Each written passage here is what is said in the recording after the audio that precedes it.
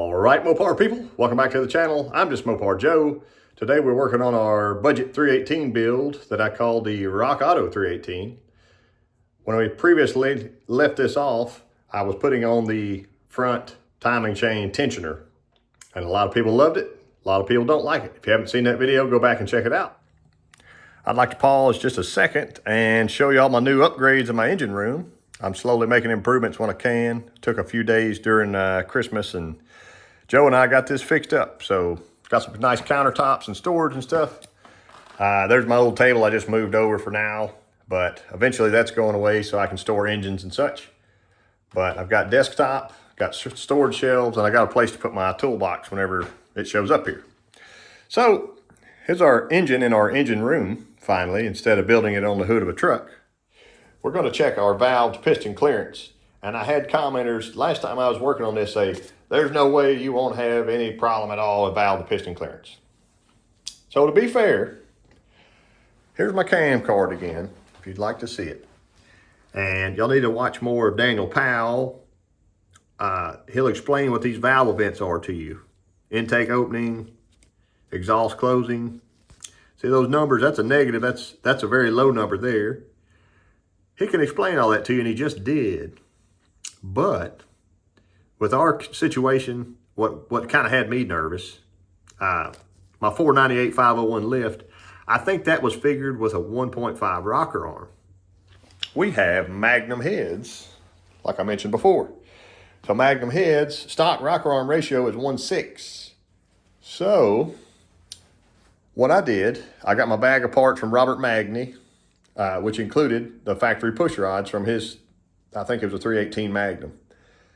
These are old lifters that came in this engine. You'll see how crispy and crusty they are. I did wipe off the body of them before I shoved them in there. But they're stuck up right now. They're varnished. They will not move. Okay, so I've got new replacement lifters, but I wanted this to act like a solid so we could see. Now you'll notice that little baby mark right there on top of that piston.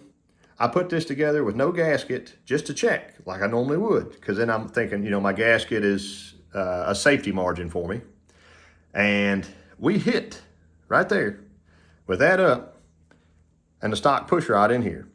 So I'm going to put our checking push rod in now. Let me come on over here. And I'll get these babies back in order. Shortest to longest. And here's the deal. This push rod, and I know there's not a lot of difference, you may not be able to tell. That push rod came factory in this engine with shaft mount rockers on a LA style head. So I did drop it in there just to try it. It was floppy loose. We can't use him. Get out of here.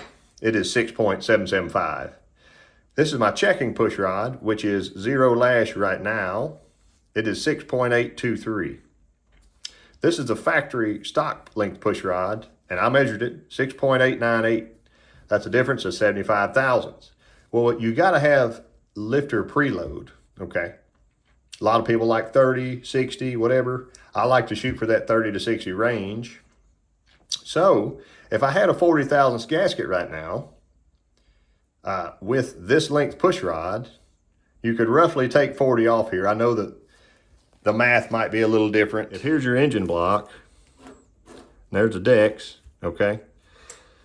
Whenever you add thickness right here, it is not an exactly 1-to-1 on that situation. Remember, small blocks have a funky lifter angle. So your head's going off this way and your rocker arm's over here, okay? So funky lifter angle, push rod that way. You add 40 there, but it may not be a true 40 on your push rod length, is what I'm trying to tell you. So we're gonna remeasure. That's what all that came about to be. I'll show you my clay. I went ahead and did my clay test first. Right there. This amount right here would be our squish or quench, as you'd like to call it, this. Okay, so if that was flipped over, it would be right there. So this would be our quench pad measurement right here, which looking at that, it's not horrendous. A lot of people, they think the ragged edge is 35 thousandths, 40 thousandths, whatever your preference is. This is a cast iron head. You might want to change that for aluminum versus cast iron. But anyway, Nice tight quench is always good. So we're pushing all that exhaust that way, or all of our cylinder pressure getting that way to go out the exhaust. But we still have to add a gasket thickness to this, so we're gonna lose it. But if you measure the thickness right, if we measured our thickness right here, right now with my measured push rod, we're at 88 thousandths. Okay. Right now, I got that lifter bush solid inside. Lots of room. Pistons coming up, we're like 60 before. 19 before. 14 before. Still in my center here.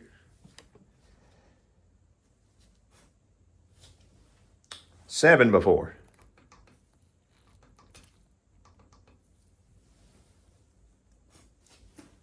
3 before. It is touching right now. That lobe is just starting. This has taken entirely too long. I've got our thicker Fel-Pro gasket on here from the builder kit. 855 3PT right there. I bolted our head down and spun her over. So, exhaust side, let's try him first. And typically, I would do this with my dial indicator, but I've tried it and tried it and tried it. I don't know. Anyway. That's a buttload of room. But I'm going to measure it anyway for science. There's our squish, if you'd like to know it first. 118, which is not too hot.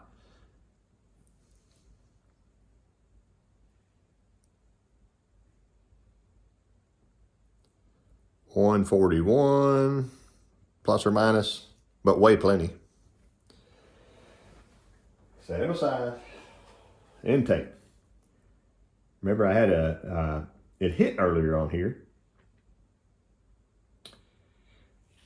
When I had the stock length push rod in, it just barely kissed the piston top. Also a mile of room. I don't know why I've been freaked out about this all day long. We're going to measure it for science.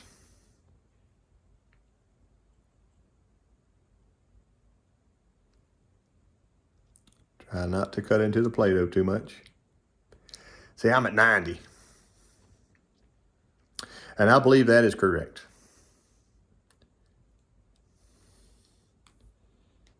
Barely indented my Play-Doh. I got 90 over here. I've got 140 on exhaust. I think we're good to go. While I'm back here, I'm going to recompare. Let's zero this out. The length of that push rod versus the stock push rod.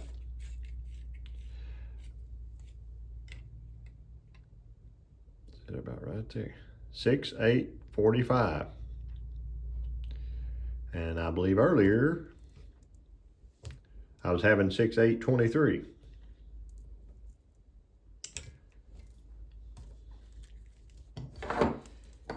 Six, 8.45.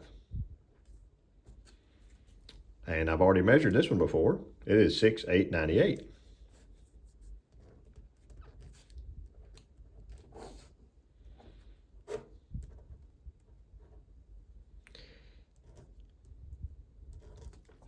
$53 thousandths difference, but that is with zero preload on the lifter.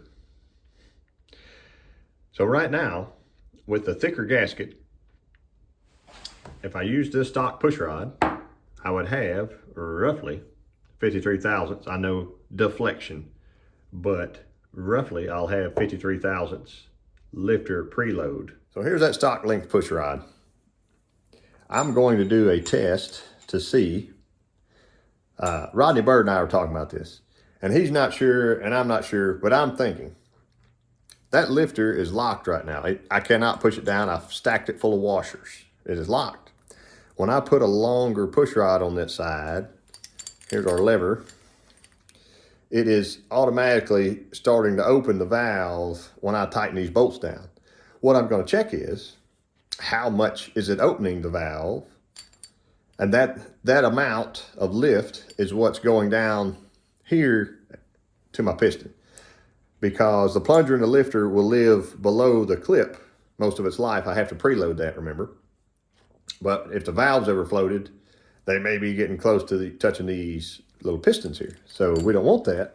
I have 0 lash on this, but my bolt's not tight yet. I want to show you. So this, remember, this is 53 thousandths too long right now. If that lifter is solid and pumped up, 53 thousandths too long. What do you think the net will be over here? How much are we going to gain at the valve? These are 1/6 rockers. What should we gain over here? You got to also remember, this is a small block Chrysler with the funky lifter angle, okay? This is not like other things. So this lifter, I don't know if you can see it from the picture or not, it's laying this way instead of shooting straight at the valve itself.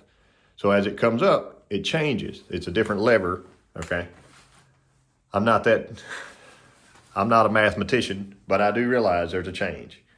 So all I'm going to do right now is tighten this down to where it would live, and we're going to check and see how many thousandths we gain at the valve. There's 40, there's 50, 60, 70, 80, 91. That's it.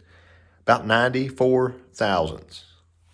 Okay, so when I did my first test and rolled this over and the piston hit, I was so scared and freaked out. What's going on? Oh man. Well, of course it is. If I have 90 thousandths piston to valve clearance with the gasket on and the lifter, and I have a push rod that's too long right now, see, I can't spin that. There's no way. It's preloaded. If I have all that, it's going to be touching by about 3 extra thousandths touching that piston. So that's why it left me a little mark in there. I don't think anything's hurt or harmed. I don't think the valve is bent. It was a low speed roll. It wasn't 6,000 RPM. But now I can actually finish figuring my push rod length. I have my checker over there. I already know what the perfect length is with 0 preload.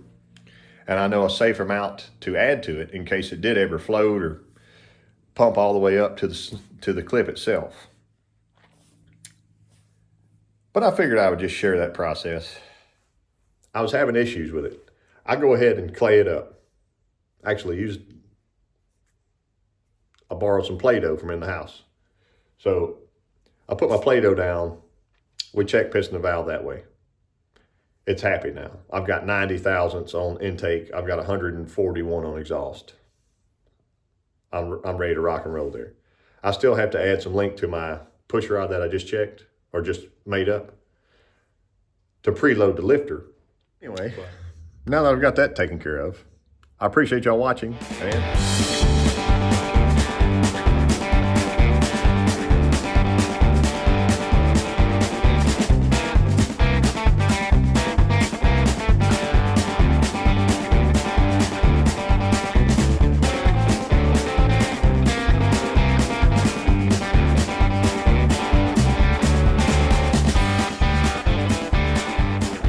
all right, Mopar people.